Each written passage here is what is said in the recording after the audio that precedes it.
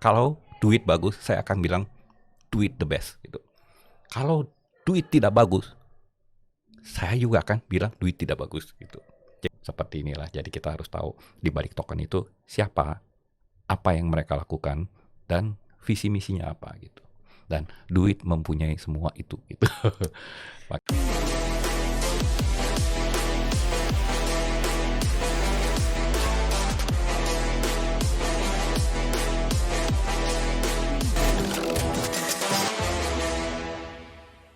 Halo semuanya, selamat datang di Duit Channel. Semoga yang nonton sekarang itu sehat-sehat selalu ya.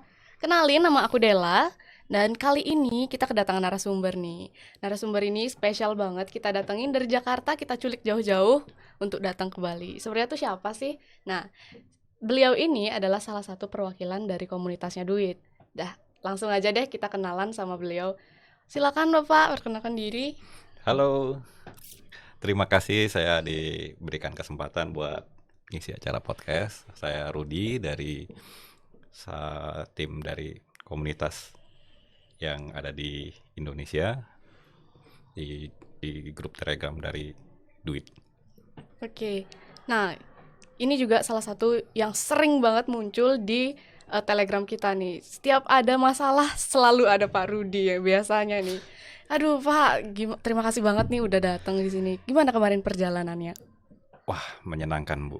Jadi apa namanya dari Jakarta sampai ke sini itu cuaca yang baik, dan juga apa namanya sampai di sini kita langsung dijemput dari tim Duit, apa namanya diantar ke hotel untuk istirahat. Baru setelah kita sudah dengan hotel tentunya nyaman ya kita untuk istirahat, lalu kita melanjutkan kembali di podcast ini gitu. Sempet nggak kemarin itu jalan-jalan? Karena kan kemarin landingnya tuh kalau nggak salah siang ya Pak ya? Ya, Sempet nggak sih kemana gitu di Bali? ya tentu itu saya sempat pergi kuliner, hunting-hunting, isi waktu untuk itu, dan ya pasti tidak lupa saya tetap memantau grup. Iya, itu paling penting sih untuk Iya, Pak Rudi kayak ya meskipun udah di Bali juga tetap pantau-pantau grup kemarin juga kita lihat juga ada banyak banget. Wah, Pak Rudi emang best lah pokoknya. Oh ya Pak, terus gimana nih setelah sampai di kantor Duit? Gimana perasaannya Pak setelah lihat kantor-kantor kita gitu? ini apa namanya? Sebelumnya saya mau cerita dulu ya, Oke. eh, pengalaman saya untuk di token-token ini. Selama saya ikut token, cari-cari token, itu tidak pernah saya menemukan token yang keberadaan developernya, keberadaan office fisikalnya, secara fisikal ya, bukan virtual atau cuman Zoom meeting atau apa gitu, tetapi fisikalinya ada gitu. Itu sangat jarang saya temuin, dan begitu saya lihat uh, profilnya Duit dan timnya yang jelas dan segala macamnya, itu buat saya udah excited gitu, dan saya berani untuk mengikuti investasi di Duit ini. Nah,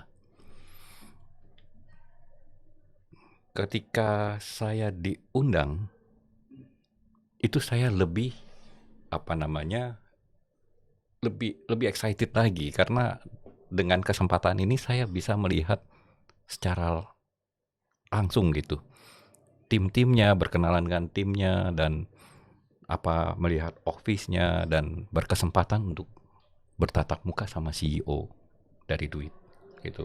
Dan itu saya sangat apresiasi dan terima kasih untuk Duit. Sama-sama Pak, kita juga terima kasih karena Bapak udah bantu kita untuk pantau komunitas, bantuin kita jadi daripada fooder juga kan. Waktu ini juga kita banyak banget kedatangan fooder Iya, dari luar, entah dari global, dari Indo, itu juga terima uh, kasih banget untuk Pak Rudi yang udah mau bantuin kita.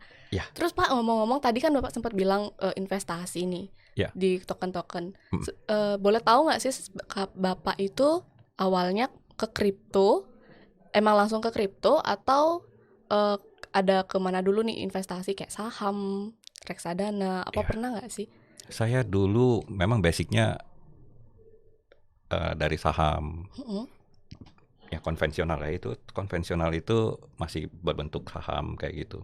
Terus lah di forex dan beberapa apa eh, instrumen investasi saya ikut. Tapi baru saya belakangan ke token, dan di token inilah saya melihat potensinya duit ini sangat berbeda dengan token-token yang lain gitu.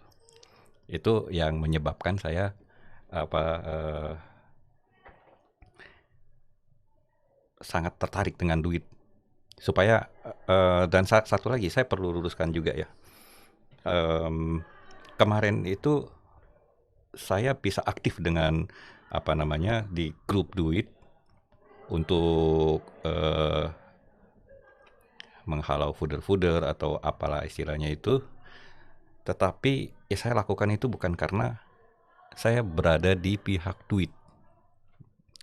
Itu saya lakukan karena saya ini melihat secara objektif dan tidak bukan bagian dari tim developer dari duit, dan juga bukan karena saya berada di grup duit terus saya belain duit gitu. Tidak. Tapi saya objektif, kalau duit bagus saya akan bilang duit the best gitu. Kalau duit tidak bagus, saya juga akan bilang duit tidak bagus gitu. Jadi saya bukan membela fooder atau saya bertentangan dengan fooder. Tidak. Jadi netral gitu Kak ya? Netral, Eh, saya melihat secara netral, dan kalau duit memang bagus, ya saya harus katakan itu bagus. Jadi fooder-fooder itu mungkin melihat saya berseberangan dengan mereka. Sebetulnya tidak, saya mau merangkul mereka. Tetapi kalau memang orientasi fooder itu eh, dengan sengaja untuk menjatuhkan, nah itu yang saya berseberangan dengan mereka gitu. Iya, kita juga dari tim duit sebenarnya kan banyak banget nih ada fooder. Jadi kita juga berusaha ngerangkul mereka untuk kita edukasi. Yes. Tapi emang ada kan beberapa orang yang kayak bebal gitu. Iya. Jadi setiap dikasih edukasi itu mental. Jadi kan Iya. kita sebagai developer juga susah untuk mengedukasi mereka gitu. Jadi kita perlu nih untuk teman-teman yang lain juga di komunitas untuk bisa bantu si Ya, edukasi foodernya. ya Itu juga justru sih. apa tujuan kita juga, kalau saya pribadi untuk berseberangan dengan fooder itu karena bagi saya fooder itu satu penyakit untuk satu komunitas, karena mereka akan mengulang-ulang words atau berusaha mendrive pikiran kita, dan lama-lama itu akan jadi kenyataan gitu. Itu sangat tidak baik dampaknya Jadi buat. kayak ada efek domino gitu ya Yes, untuk betul. yang lain juga. Betul sekali. Jadi bagi orang yang baru belajar dan eh, ataupun bahkan yang orang yang sudah yakin dengan duit, karena fooders terus-terusan menyiram berita bohong dan segala macam yang tanpa dasar gitu. Saya katakan berita bohong itu karena mereka kadang-kadang bicara tanpa dasar. Bahkan bicaranya sepertinya seolah-olah di backup dengan teknis gitu. Tapi sebetulnya itu teknis yang digunakan untuk memutarbalikan fakta gitu. Jadi dia hanya bicara dengan teknis dia, tapi dia tidak melihat dari seberang duit gitu. Harusnya kalau betul kan dua-duanya ya, baru kita ada komparasi. Ini tidak, dia hanya gunakan itu untuk menyudutkan gitu. Nah, itu kan sangat disayangkan ya bagi yang sudah yakin, gara-gara disiram begitu terus Mm. ah Jadi goyang, kebakar deh kebakar. gitu. Akhirnya mereka itu jadi korban gitu. Yang harusnya mereka bisa sukses bersama dengan eh, company yang sekelas duit ini, jadi akhirnya ragu, akhirnya mundur, ketinggalan jadinya. Iya, jangan sampai deh ketinggalan. Apalagi Iya. nanti mau launching kan Mau tanggal launching 31. 31. Aduh, jangan dah sampai ketinggalan. Sayang Tuh yang sekali. masih ketinggalan jangan sampai deh. Ya. Mending gabung kayak MLM gitu ya. ML. Terus juga Ngomong-ngomong tentang pengalaman nih Pak, Ya, udah berapa lama sih ada di kripto? Jadi kalau boleh tahu Bapak umurnya berapa? saat ini saya 45. 45. Mm-mm. Jadi aktif di kripto dari umur berapa Pak? Saya aktif di kripto itu dari 5 tahun yang lalu. Oh 5 tahun yang lalu. Tetapi kripto ini kan ada 2 segmen. Mm-mm. Waktu itu saya masih aktif di kripto yang currency, mata uang. Jadi berbeda dengan tokennya. Jadi saya bermain di situ dan lama-lama saya menemukan ada lagi nih ternyata token gitu based on apa blockchain. Wah, ini menarik. Jadi di mata saya token-token ini seperti waktu kita bermain saham di zaman dulu gitu. Mm-mm. Jadi token ini adalah saham yang berbentuk token gitu dan lebih terjangkau dan eh, lebih bisa kita liquidnya lebih cepat. Nah, jadi saya menurut saya ini token ini adalah salah satu next generasi dari bentuk saham. Nah, saya setelah di currency kripto itu sudah beberapa tahun, baru saya mengenal token ini kurang lebih bisa dibilang 6 bulan lalu lah. Oh berarti baru ya Pak ya? Iya, baru. Sama kita. Iya. Saya juga baru-baru terjun di dunia kripto. Wah. Bareng sama 3TD. Sama berarti, duit. berarti apa beruntung ya. Ya begitu baru terjun ke dunia token, langsung ketemu yang benar gitu. Iya. Itu kita bersyukur. Syukurnya kayak gitu sih. Dan Takutnya kita baru masuk ke token, nggak taunya ketemu yang scam, yang nggak iya. jelas gitu. Memang kita nggak nutup kemungkinan itu banyak di luar sana yang seperti itu. Jadi kita beruntung di jalur yang benar. Iya. Aduh itu juga syukur banget sih sekarang juga. Ya. Apalagi sekarang banyak-banyak banget scammer gitu kan. Apalagi token-token juga kayak tiap minggu itu selalu ada yang baru. Betul. Karena untuk membuat token itu yang tidak based on fundamental itu cukup banyak. Yang selama ini saya amati ya, cukup banyak dan siapapun bisa membuat token. Mungkin kalau saya analogikan ke zaman dulu, siapapun bisa membuat satu corporate, PT ABCD, PT angin ribut, angin segar atau angin apapun bisa gitu, ya kan? Angin puting beliung. Ya, kita tambahin lagi satu. Tambahin lagi satu.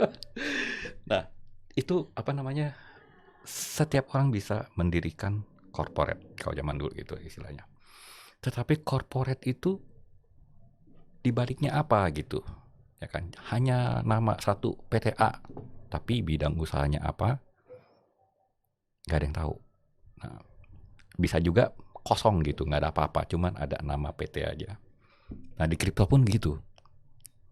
Semua orang bisa bikin token, tapi di balik tokennya itu fundamentalnya apa gitu kan. Itu yang kita harus cermati, makanya kan gunanya Dior itu seperti inilah. Jadi kita harus tahu di balik token itu siapa, apa yang mereka lakukan, dan visi misinya apa gitu. Dan duit mempunyai semua itu gitu. Maka itu saya berani masuk. Oke. Saya bergabung. Terus juga karena ini kan duit baru nih Pak ya. Ya. Nah, jadi kita mau tanya nih karena Bapak udah pernah 5 tahun lalu dari main kripto mulainya, mau tanya untuk masih ingat nggak sih untuk token atau koin pertama yang dulu pernah dibeli itu apa? Nah itu, saya waktu itu masih kena gelombang token yang save-savean. Save. Ya, saya sebut merek lah ya, nggak apa-apa ya. Nggak apa-apa. Misalnya Save Moon atau Save Planet, Save Polkadot, ya, pokoknya semua save-savean lah. Atau juga inu-inuan gitu. Ya. Itu kan lagi rame. Iya, itu lagi rame banget sih Iya. emang. Nah, saya waktu itu di situ kena gelombang-gelombang itu. Pertama kali saya beli itu Save Moon waktu itu. Saya beli Save Moon karena saat itu saya baru terjun, saya nggak tahu, akibatnya saya kena FOMO. Mm-mm. FOMO, buru-buru, pokoknya saya nggak tahu proyeknya kayak gimana, lagi rame, saya ikutan deh, gitu. Nah, akhirnya makin kemari baru saya, ternyata harus lihat supply juga, harus lihat fundamentalnya apa gitu, baru bisa long term. Belinya dalam jumlah besarkah waktu itu atau? Nah, karena saya sadar saya masih pemula di situ, Mm-mm. saya tentunya nggak berani besar saat itu. Saya coba dengan nominal yang terjangkau lah, yang kecil. Bisa dibilang 100.000. 100.000 ya? Iya, 100.000 saya gambling dengan itu. Tapi dari 100.000 itu akhirnya saya dapat pelajaran yang cukup mahal gitu. Iya kan, pengalaman Iya, dan pelajaran itu emang mahal banget ya. mahal. Di exchange mana Pak pertama kali belinya? Zaman itu masih menggunakan Trust Wallet ya. Trust Wallet, tapi cukup ribet gitu. Jadi saya harus beli dulu di exchange lokal, terus saya harus transfer lagi ke sana, kirim, terus harus konversi lagi, baru saya bisa beli. Nah, itu selain akhirnya biayanya dibengkak, itu saya punya risiko salah kirim. Oh iya, Kalau saya salah kirim, hilang udah, ya nyangkut di nyangkut blockchain. di blockchain, entah di mana jadinya. Nah, jadi saya berharap banyak duit exchange nantinya bisa mengakomodir semua ini jadi one stop. Jadi kita nggak perlu kirim-kirim lagi. Begitu kita lihat, wah ada token nih dari startup dari Indonesia gitu. Lalu kita mau beli, kita nggak perlu kemana-mana lagi gitu, transfer sana sini dan segala macam. Tapi udah ada wadah di duit. Itu harapan saya. Kalau di exchange, Ya, itu kan ada dua tuh, DEX Dex sama sama CEX. Cex. Ya. Itu pernah cobain nggak Nah, keduanya itu? yang pertama saya mulai justru dari Cex. Ya, bagi pendengar yang mungkin agak bingung dengan Cex sama Dex ya, ini saya sedikit analogikan. Kalau Cex itu exchange yang pada umumnya gitu. Pada umumnya kita jual beli token cryptocurrency. Nah, saya waktu itu dimulai dari situ. Misalnya seperti Indodax, toko kripto gitu, itu Cex gitu. Nah, saya mulai dari situ. Lama-lama akhirnya saya kenal namanya Dex. Jadi saya masuk Dex itu, ya contohnya kayak PancakeSwap, itu masuk ke dalam Dex. Nah, jadi saya mulai dari Cex dan akhirnya saya mulai bertransaksi di PancakeSwap. Jadi bisa dibilang dua-duanya saya udah coba jadinya gitu. Terus yang mana nih yang lebih enak, Pak? Yang di CEX atau yang di DEX nih yang lebih Pak Rudi banget gitu deh? Kalau itu saya based on ini Pak, Bu Dela, apa namanya, mana yang mau saya sasar nih. Sekarang ini saya lagi menyasar ke token-token. Otomatis saya lebih suka pakai Dex karena apa namanya, transaksinya juga cepat jadinya ya. Tapi yang jadi kendala kan saya harus masukin lewat cek. Oh iya. Itu yang saya bilang tadi, ada resiko salah kirim gitu kan ke Dex ini. Nah, apa namanya, tapi mau tidak mau kita harus gunakan jaringan itu kan. Jadi kita harus beli di situ untuk transaksi-transaksi, kalau kurang tambah lagi gitu. Kalau sejauh ini seperti kayak tadi tuh salah transfer, pernah nggak ngalamin selama ini atau mungkin ada suka duka gitu? Ya, beruntung saya belum pernah salah. Belum pernah salah Iya, transfer ya? cuman selalu mengalami deg-degan gitu. Deg-degan Iya, udah sebelum bener, pencet, udah bener atau belum iya, cross check jumlahnya? berkali-kali, apa addressnya udah betul. Jaringannya Iya, udah jaringan BEP oke, belum? udah BP Udah IRC belum, iya, belum gitu? baru deg-degan klik tombol oke gitu. Ya suka dukanya itu. Yes. Dela juga pernah sih Mm-mm. pertamanya kalau awalnya kan baru-baru tuh. Ya, Jadi nggak tahu kalau BEP sama IRC itu ternyata beda. beda jaringannya, Jadi betul. salah kirim deh. Waduh, Untungnya tuh nggak banyak, tapi tapi tetap aja nyangkut. ada rasa kesal ya.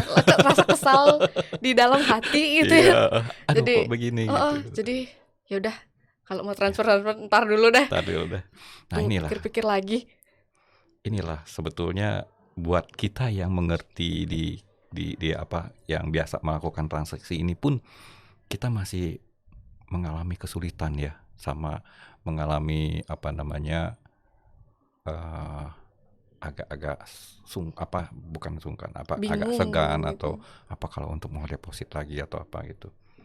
Nah tapi dengan adanya duit ini mudah-mudahan semua ini terjawab gitu. Iya kita juga maunya gitu, tapi balik lagi kan ke teknikal. Teknikal. Mungkin Nanti, atau enggak. ya. Tapi Nanti kalau pengembangan sampai ke situ itu sangat menolong. tapi setiap masalah kan pasti ada solusi kan. Pasti. Pasti. Apalagi tim duit saya yakin. Oke. Terima kasih banget Iya. udah percaya sama kita gitu. Karena saya tadi keliling-keliling lihat apa timnya masih pada muda-muda, sama apa namanya semangatnya masih luar biasa, terus smart mereka. Ngomong-ngomong soal muda, kira-kira Pak Rudi tahu nggak umurnya saya berapa? Coba saya lihat dulu ya. Oke. Around 25. Oh my god, boros banget dong Boros. muka saya. Harusnya saya bilang 17 ya. Aduh, boros banget. Ya. Saya 20, Pak. Oh 20, Ya. iya. Soalnya bukannya Bu Dela itu boros, tapi dari wawasan Bu Dela dan apa segala macam itu membuat Bu Dela kelihatan lebih dewasa.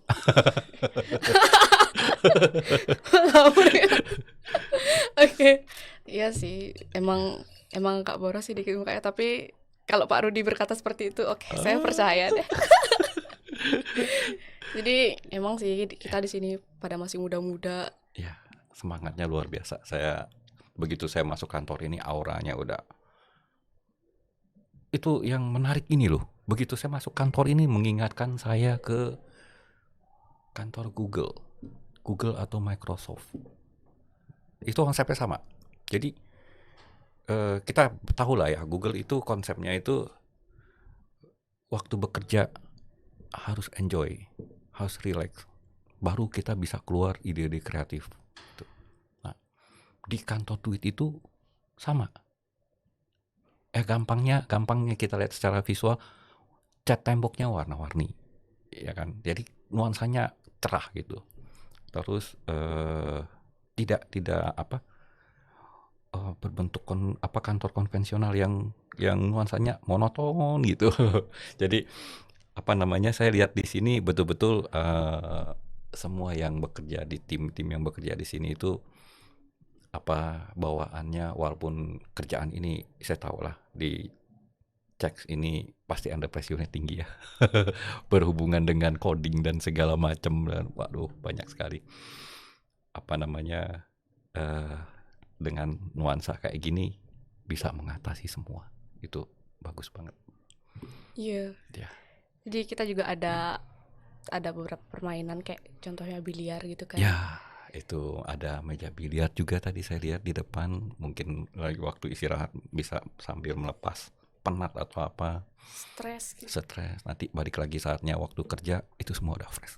Yes. Gitu. Nah, Cex ini tadi saya lihat sempet dibawa ke itu ya, ke ruangan IT. Itu memang mereka sibuk sekali di situ. Coding itu memang under pressure sekali. Gitu. Untuk gini juga sih kita terbuka sama emang apa namanya masukan-masukan dari komunitas. Jadi biasanya tuh kalau di kita ada yang ngasih masukan nih. Ya. Dev, fitur ini dong ditambahin, fitur ini dong ditambahin. Kita forward, dilihat nih dari sisi teknikal kira-kira bisa nggak sih untuk diceknya itu Mm-mm, mm-mm. bakalan diimplementasikan, Ya. bisa nggak dalam waktu secepatnya. Tapi pastilah ada jeda waktu gitu Nah, kan. inilah salah satu nilai tambah dari duitnya. Timnya ini menurut saya mau dari tim developernya atau dari admin yang selalu eh, tampil di grup itu responsif sekali. Itu yang membuat saya juga sangat confident sama duit. Jadi maupun masukan atau apapun itu ditampung. Tampung kalau memang memungkinkan ya dilakukan, kalau tidak ya pasti dari tim dev pun akan info ke kita. Iya. Itu selama ini baru di sini saya nemukan begini itu. Jadi Ya, ada pembeda nih kan, beda. beda dari exchange lain yang udah ada Iya, gitu. dari sini bisa membuktikan bahwa eh, tim duit ini memang betul-betul ada gitu. Nah, jadi kalau misalnya ada fooder atau ada orang-orang yang bilang, "Wah ini scam, ini rob dan segala macam." Aduh, kita udah nggak bicara itu lagi di level ini Iya, gitu. kita Di udah di level ini, sini gitu iya, loh. ya udah di Udah sini. duduk di sini alatnya Heeh. sama podcast, Itu udah headphone, primitif banget gitu masih kalau nggak mau percaya dibilang juga rob. gitu. Ya, Itu saya sangat bingung dengan orang-orang seperti itu dan mereka bicara itu apa karena matanya tertutup atau apa gitu kan. Jadi itu udahlah, kita udah nggak perlu bicara lagi tentang rook, scam dan segala macam, itu udah jauh sekali.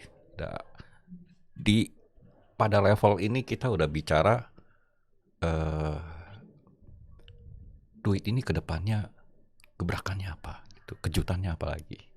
Jadi udah nggak usah diragukan lagi lah. kita juga banyak sih mau Ya, ngasih kejutan-kejutan itu juga. dia. Sama ini, mungkin ada beberapa holder atau trader juga itu yang masih mabok chart. Iya, Saya istilahkan dengan mabok chart ya.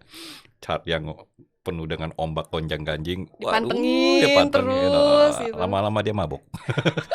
Sampai stres ngeliatin chart. Mabok, udah pusing ngeliatin chart.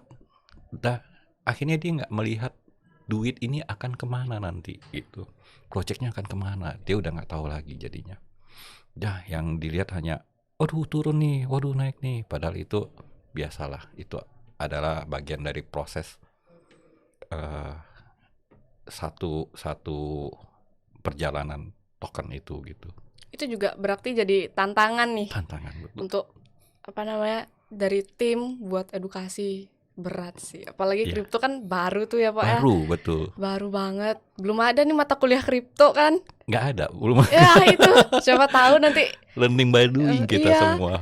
siapa tahu bisa jadi penggagas untuk oh di Indonesia ada mata kuliah kripto nih gitu. Iya, ada mata kuliah kripto, kita bisa belajar di sini gitu. Iya, kayak bisa banget itu untuk kemajuan Indonesia juga kan. Iya, betul. Apalagi saya lihat belakangan ini mulai banyak ya, Iya. project-project dari Indonesia bermunculan, dan saya lihat justru duit dengan adanya duit ini momentumnya pas, itu bisa mengakomodir mereka untuk punya wadah mereka untuk bisa listing di exchange duit dengan mungkin biaya terjangkau atau apalah, nanti mungkin dari duit sendiri yang menentukannya klasifikasinya gitu. Jadi menurut saya ini waktunya yang pas sekali. Iya banget. Apalagi kita juga ngelihat banyak banget token ada project-project bagus di luar sana. Iya. Jadi mereka nggak punya wadah, mereka juga punya komunitas yang bagus. Jadi duit kayak mau ngerangkul gitu, biar ayolah sama-sama token Indonesia Ayolah, biar nih wadahnya loh udah ada gitu. kalau bisa ngalahin Binance kan lumayan. Aduh, Binance. Binance. Ini Binance Indonesia. Iya, semoga aja Iya. harus sih. Iya, Harus paling nggak jadi kita the next punya. Binance Betul. untuk Binance yang Indonesia. lokal. Project ini betul-betul real gitu. Dan sampai saat ini saya nggak percaya saya duduk di sini. Saya juga Saya nggak percaya bisa ketemu Pak Rudi. Biasanya saya coba pantengin grup aja kan. pantengin grup. Pak Rudi, di tag Ya. Mbak Del gitu. Mbak Del, habis itu siapa lagi? Thanos. Thanos. Ya itu sering banget. Ya. Itu sih, kita nggak nyangka sih bisa ketemu Pak Rudi di Iya. sini. Dan buat saya excited banget. Kayak yang tadi saya bilang itu jarang. Hampir saya nggak pernah menemukan token yang memang physically-nya ada gitu. Dan ini saya benar-benar ada di sini di kantor Duit gitu. Jadi betul-betul mungkin saya bisa melihatnya ini adalah startup. Yes. Ya, golongannya startup. Jadi saya mengikuti menjadi bagian dari sejarah dari satu perusahaan startup. Itu amazing banget buat saya. Kita juga bersyukur banget nih punya komunitas-komunitas yang solid. Ya. Memang mungkin belum semua merata kayak percaya gitu kalau duit itu ada dan di sini gitu. Jadi kita juga bersyukur banget sih ada Pak Rudi, ada teman-teman juga kayak Kak Bima, Kak Kiki, Kak Thanos. Kita semua itu yang ada di grup yang tahu betul tentang duit gitu. Pasti kita berusaha untuk menyampaikan apa yang kita tahu tentang duit. Bukan kita mengarang cerita gitu ya. Maksudnya, duit dibagus-baguskan gitu. Supaya FOMO, supaya orang-orang bisa ikut gitu. Tidak. Saya nggak ada benefit apa-apa gitu. Saya tidak dibayar oleh duit gitu. Iya. Tapi saya lakukan ini karena sayang sekali kalau teman-teman yang di luar sana yang belum berkesempatan ikut duit terus di intervensi sama fooder itu kan sayang jadinya. Harusnya mereka bisa ikut gitu. Ya. Karena juga ngadepin fooder itu adalah satu challenge gitu kan ya. Challenge untuk para dev token baru. Ya. Itu pasti ngadepin dah yang namanya fooder. Fooder itu kalau saya lihatnya bicara soal fooder ya. Saya ngelihat fooder ini saya bagi ada 3 klasifikasi. Satu, fooder yang dia nggak tahu, pokoknya masuk, dia langsung ngomong, udah menilai yang tidak gitu. Terus ada yang jenis kedua, yang pertama itu yang dia masuk sebagai trader, terus biasa yang kayak begitu dia berharap waktu pre-sale. Ini kan kemarin ribut ya. Yes. Soal pre-sale ya. Banyak banget. Kita angkat sedikit ya. Soal pre-sale itu mereka ribut. Mereka berharap saya beli di pre-sale itu udah pasti untung gitu kan. Itu pemikiran trader biasa kayak gitu. Tadi di asumsi mereka itu pre-sale itu harus sudah harga terendah dan saya pasti untung. Padahal tidak begitu. Dalam dunia investasi tidak ada kata jaminan untuk untung. Even itu pre-sale sekalipun tidak ada jaminan dan tidak ada yang berani menjamin gitu.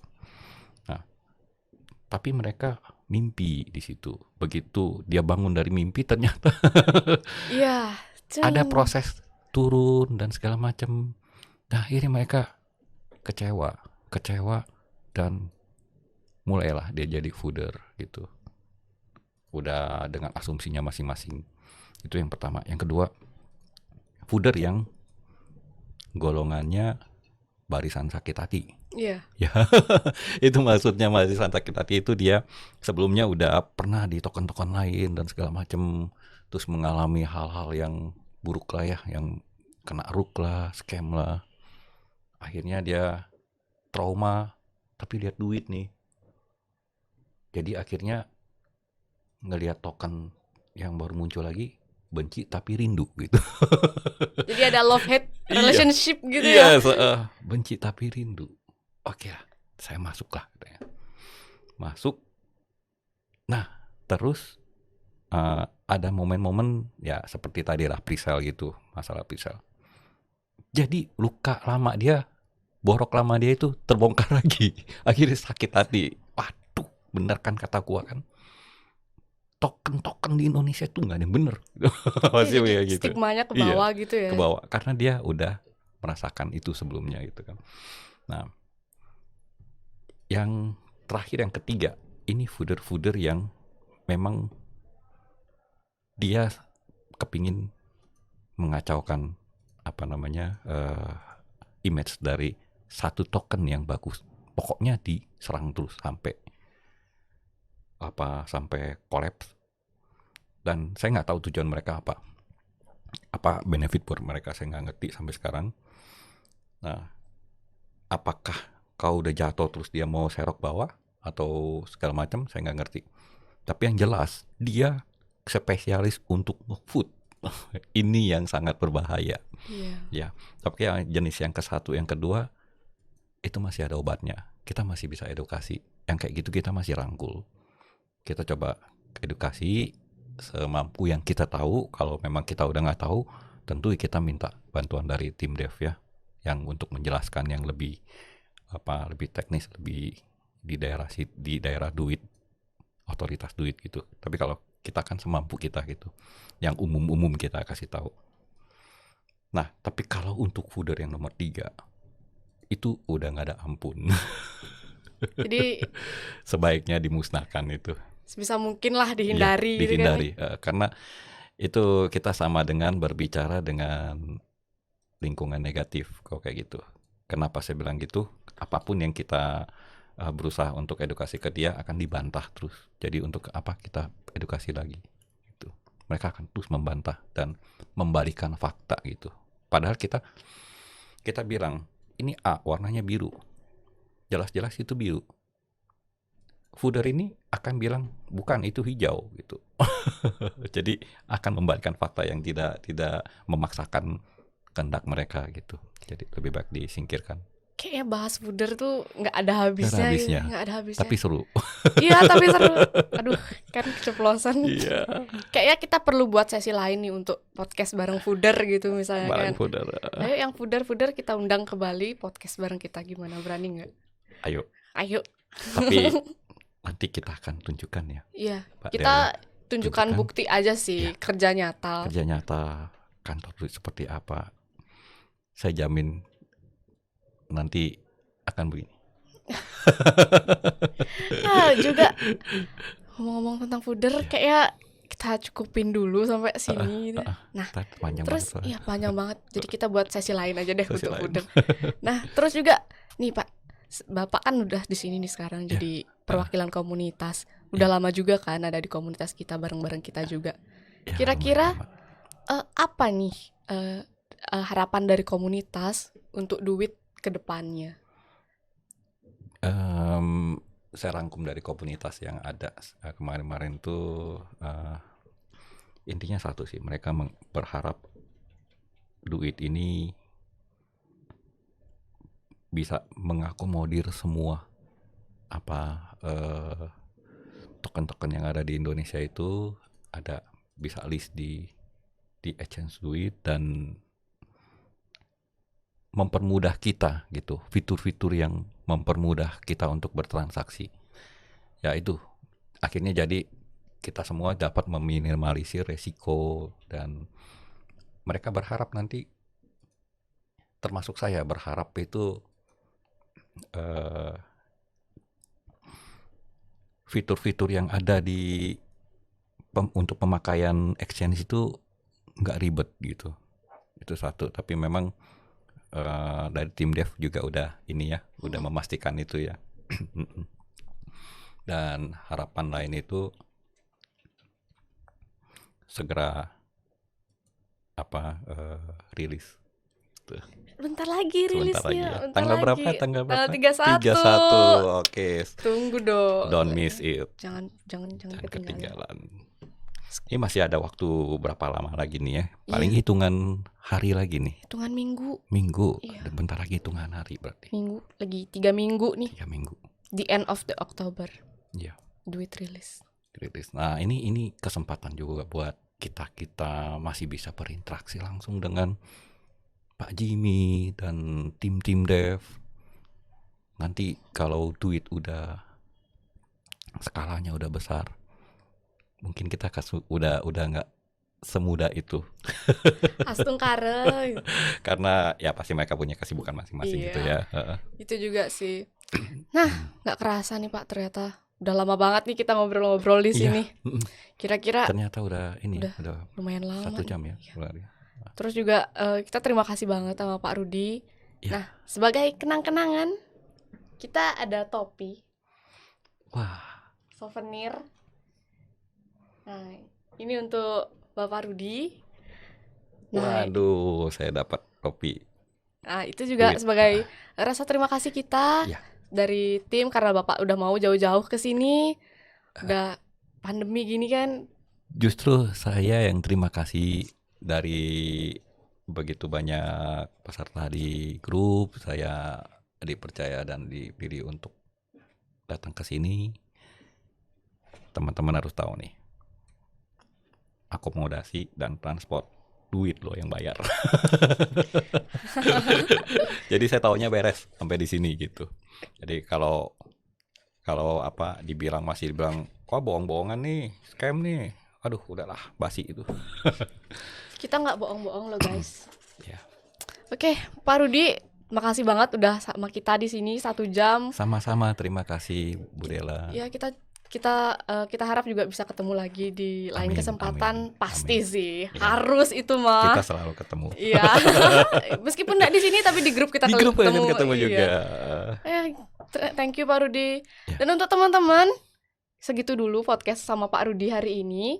Dan kita juga ada next guest. Penasaran nggak sih siapa next guest kita? Jadi ditunggu aja episode selanjutnya untuk next guestnya. Dan saya Dela, sampai sini dulu podcastnya dan sampai jumpa di Duit Channel.